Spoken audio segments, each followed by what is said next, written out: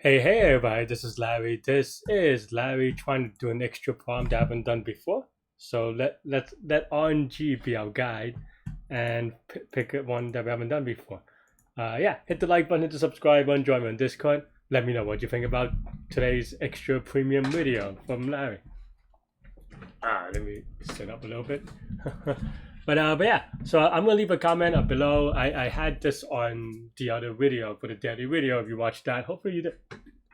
But basically, in the beginning of some of my videos, for my daily videos, I have a conversation about things that I find interesting from day to day. Some people like to skip it. Some people like me to kind of add on some of them. So I started another separate channel to just facilitate these kind of chats. So if in the future, I hope to have just just having an idea of how to kind of keep going motivationally and stuff like this, but also some stuff about touching tech and just answering tech questions like how do I get started and stuff like that, because I feel like I don't from this channel I don't really have a good place to kind of incorporate that the programming stuff. So I don't know, let me know what you think, but I'll put a link to the perfect handstand video in the comments, so definitely check that out. It's very short, it's like 5 minutes. It's actually shorter than most of my pre-video rants. So I hope yeah, and I'm still playing around the idea and the style and everything, so definitely appreciate the feedback and let me know if it helps, or let me know if it doesn't. I don't know. But okay, let's take a look at today's problem. 3078, match alphanumerical pattern in matrix 1. You're given a 2D integer matrix board and a 2D character matrix pattern, where 0 is less than or equal to board RC, or board of R sub C, or board sub R sub C is less than 9. So okay, so every character is between 0 and 9, and each element of pattern is either a digit or a lowercase letter. Okay, so what does that mean? Trying to find a submatrix that matches the pattern, an integer matrix bar match the pattern, and we can replace. Okay, so if it's a digit, it's the same digit, makes sense. If it's a letter, then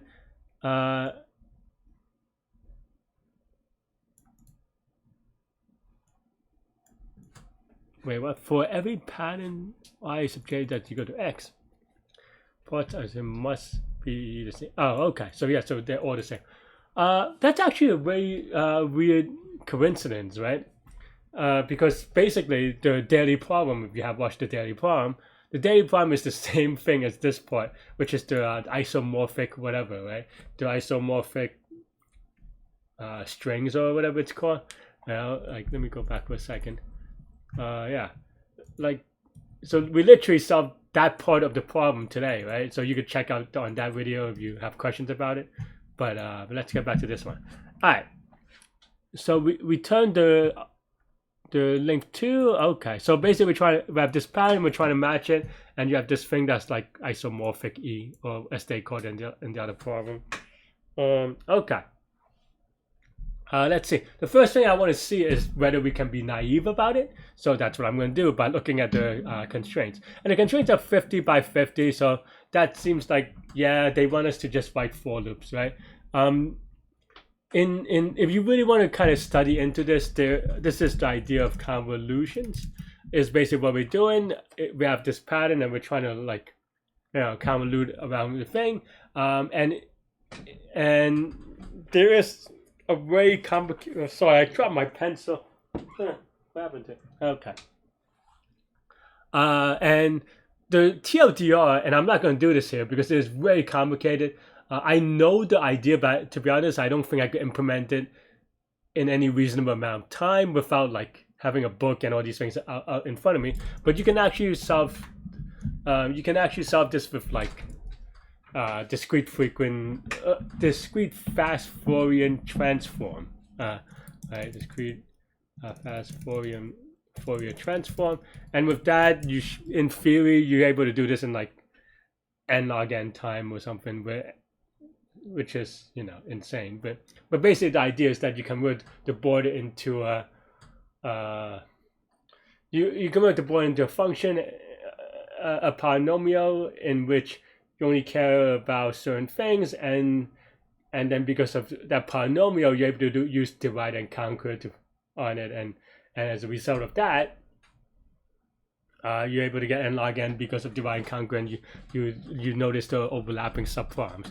So the idea is not that bad per se. Even though I know I'm hand waving over it, don't worry. That kind of stuff will probably never be on an interview, but I just want to double check with the bounds, right? So how do we want to think about this?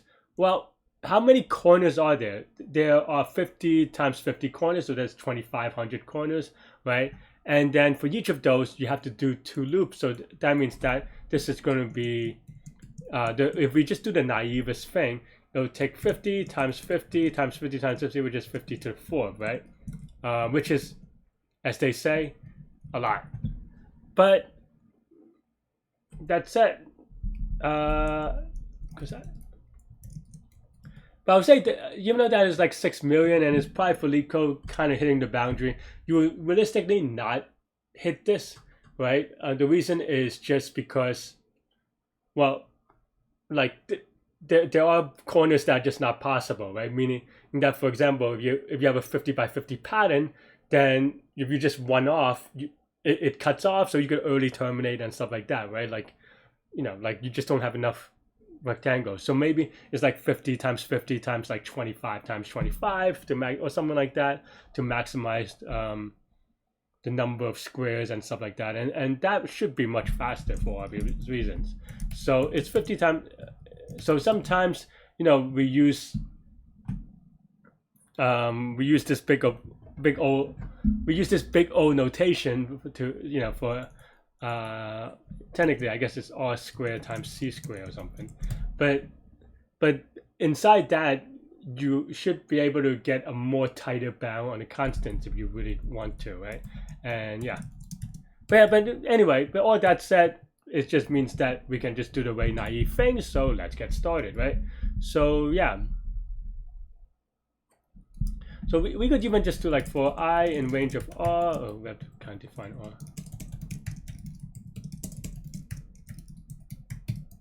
right? And then for I don't know why this is so far below, so let me move this back up.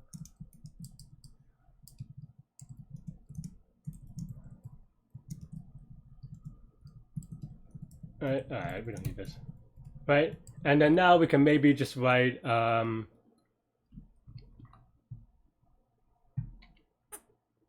if can solve or something, or match. If match ij, then we can return ij, right? Otherwise we return -1, I think, -1. And there you go. Of course, we have to write the match function. So so maybe this is start x, start y, and maybe this is kind of bad. I mix I and j's and x and y. So let's keep it x and y just for consistency. But and then now we can say maybe I'll write it here so I can use it. PR is the length of pattern, right? PC is length of pattern sub 0, and then what we want is just, like we said, to do a quick check to see if SX plus PR is greater than, I think Leetcode. No, let's see. So you add that, but if it's greater than or equal to R,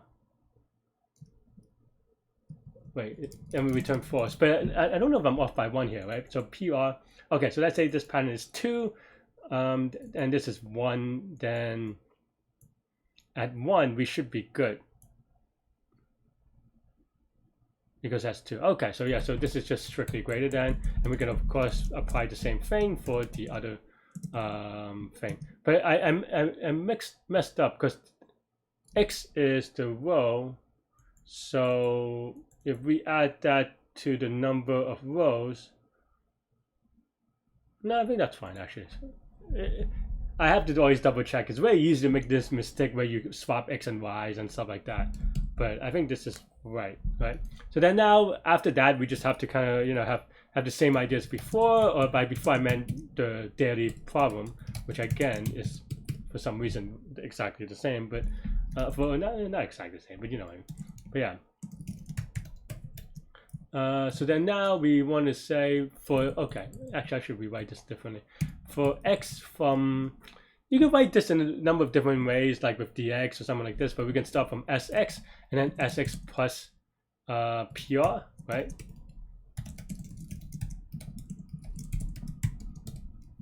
So then now if board of xy, oh no, pattern, so, ooh. Yeah, I guess so. Yeah, maybe dx makes more sense. Okay, yeah, so then here, let's just say for the thing in pattern, right? If board of x plus dx, y plus dy, if, oh, not this one. Sorry, I'm confusing myself because I keep jumping between ideas. But if the pattern of this thing is numeric, meaning it's a number, then basically we have to do if pattern of dx dy is not equal to board of x plus dx, y plus dy, then we can return false, right? Because that means that they don't match the numbers exactly. And here, that's just literally one of the rules, has to be the same number, right? Else is if it's a digit, then now we can write basically same ideas we had before, which is that pattern of dx dy, right? So the lookup, if this is not in lookup, then lookup of pattern of dx dy is equal to board of x plus dx, y plus dy, right? If board of x plus dx, y plus dy, not in reverse lookup, then reverse lookup of board of x plus dx, y plus. Maybe I should put these in the variable. Kind of, I don't know, kind of handful to write, right? And then now if lookup of, already have a typo, but typo on that part. So this is very typoable for sure, right? If this is not, then we return false, right? Otherwise, if the other thing is also true, the reverse lookup is not true. Reverse lookup of board x plus dx, y plus dy is not equal to patterns of dx dy, then we return false. And then if it passes all those tests, we can return true. So yeah, I mean, not gonna lie, I don't have, like, I'm confident the idea is correct. Off by one's a little bit more sketch. Okay, well, that's not so bad. Oh, I thought I should fix that part actually, but because I renamed it, then I don't know, I guess I missed it. Ooh.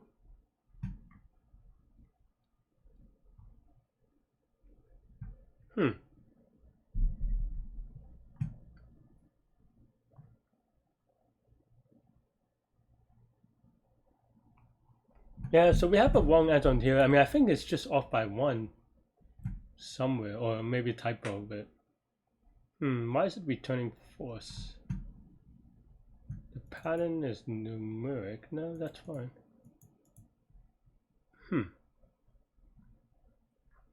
mean, it seems to match the first problem correctly. Then the second one, maybe it's the numeric part. That's the only part that's not tested. Maybe I don't even know if that's quite true. But this one returned false. That's good, and this one returns good. So maybe it's the numeric part, right? Well, we can print here. That may be too not.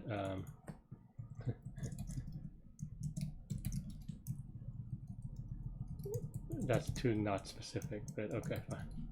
Right, and I still need to add something, I think, but yeah, because it doesn't say what we're doing. All right, let's just put on board. Is this the one we care about? It is the one we care about. Okay, so 1, 0, we know that's not good. That's true. Oh wait, no, that's the x. So x. I think we want the sxsy. Okay, let's do that. That's what I meant to do. Okay, so 1, 1. This is the critical one that we want to look at, and the reason why this is returning false is because 1 0 it's not matching 1 1. 1 0 on this one, so the 6 is not matching 1 1. That's not right? Oh no, it's x plus dx, so it's 2 1, so 2 1. Why not? I was just a little bit late. I could have just done this, but I was lazy.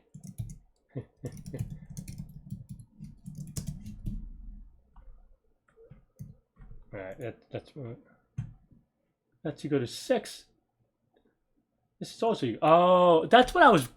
I'm not gonna lie. When I looked at this, I thought there's something like feeling really weird, but I couldn't really place it, to be honest. I was like, why? Like with experience, sometimes you just have like this sort of uneasiness, and you're like, something feels weird, and I just couldn't figure out. Like I couldn't place it immediately. But the short answer is because this is a string and this is an int, so we just have to convert this to an int, and we should be okay. Okay. So that wasn't a typo, but it was definitely a sloppy kind of thing.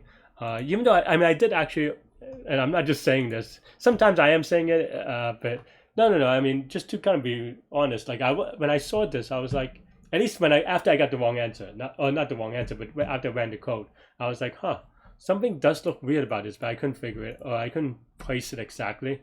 And then yeah, once I kind of print it out, then it shows that this is a string and this is an int, right? So yeah. Cool. But yeah, that's all I have for this one.